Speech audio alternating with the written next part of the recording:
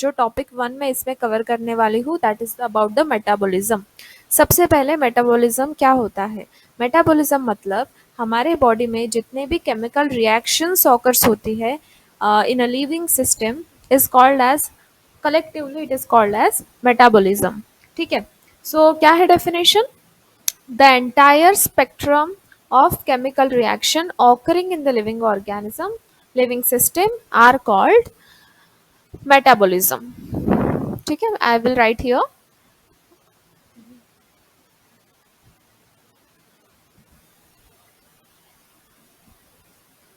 Okay. Okay. So chemical reactions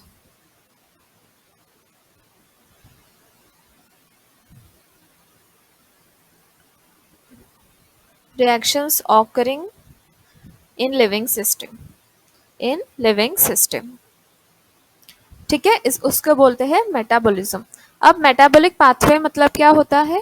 metabolic pathway मतलब like it constitute the series of enzymatic reactions to produce specific products।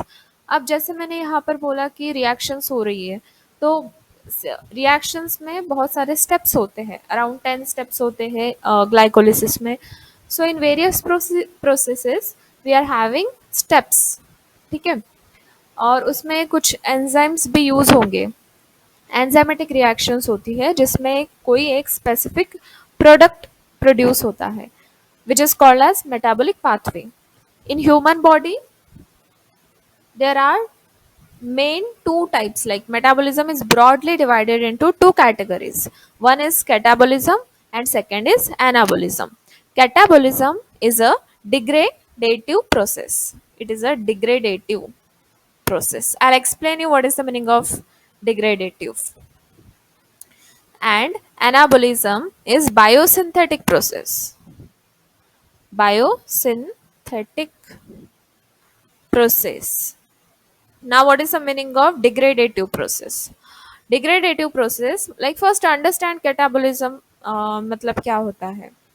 ठीक है, so it is concerned with the breakdown of complex molecules। इसमें क्या होता है catabolism में? कोई एक कॉम्प्लेक्स मॉलिक्यूल होगा, उसका ब्रेकडाउन।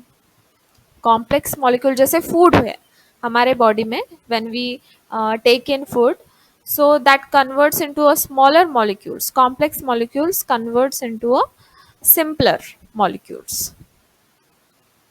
simpler molecules। ठीक है, जिसमें एनर्जी रिलीज होती है, विच रिलीजेस एनर्जी एट एटीपी। इसके लिए इसको डिग्रेड का मीनिंग होता है ब्रेक डाउन होना। डिग्रेड का मीनिंग होता है जनरली। सो कैटाबोलिज्म में भी कॉम्प्लेक्स मॉलिक्यूल्स ब्रेक डाउन हो रहे हैं, इसीलिए इसको डिग्रेडेटिव प्रोसेस बोलते हैं। अब एनाबोलिज्म मतलब क्या होगा? ये बायोसिंथेटिक का मीनिंग होता है कुछ फॉर्मेशन होना। So it involves formation of complex molecules, formation of complex molecule। it release, अब इसमें जैसे रिलीज होगा energy, here energy is releasing, तो can you guess here what will happen? It will like a opposite, right? Will it be forming or it will be releasing the energy? Can you guess? You have to comment down that answer. Next अभी थोड़ा सा I will explain you with some outline. देखो, जैसे एक energy rich molecule है, energy rich molecule, any guesses कौन सा हो सकता है एनर्जी रिच मॉलिक्यूल जो हम इनटेक करते हैं? लाइक अ फूड, राइट? अब ये फूड क्या होगा? कॉम्प्लेक्स मॉलिक्यूल है। अब ये food when it converts into a simpler form, ठीक है, अब ये तो एनर्जी रिच हो गया, दिस इज एनर्जी रिच, तो ये एनर्जी पुअर प्रोडक्ट है, energy poor product, energy poor product. अब इसमें क्या होगा? मैंने क्या बोला था आपको? ये फूड है, फूड में complex molecule converted into a simpler molecules, right? So इस प्रोसीजर को क्या बोलते हैं? इज इट अ कैटाबोलिज्म और anabolism? It's a degradative, right? Complex to simpler, so ये हो गया catabolism. This is a catabolism. अब मैंने बोला था कैटाबोलिज्म में एनर्जी यूज होती है या एनर्जी रिलीज होती है? यहाँ पे एनर्जी रिलीज होती है। सो किस फॉर्म में एनर्जी रिलीज होती है? It releases in the form of energy. मतलब यहाँ पर ATP and NADPH will form. जैसे एडीपी है, एडेनोसिन डाइफॉस्फेट जो है, उसमें फॉस्फेट ग्रुप ऐड होगा and it will form the ATP. ठीक है। और NADP पॉजिटिव से बनेगा NADPH। अंडरस्टूड? अगर इसकी अपोजिट प्रोसीजर अगर हम देखें,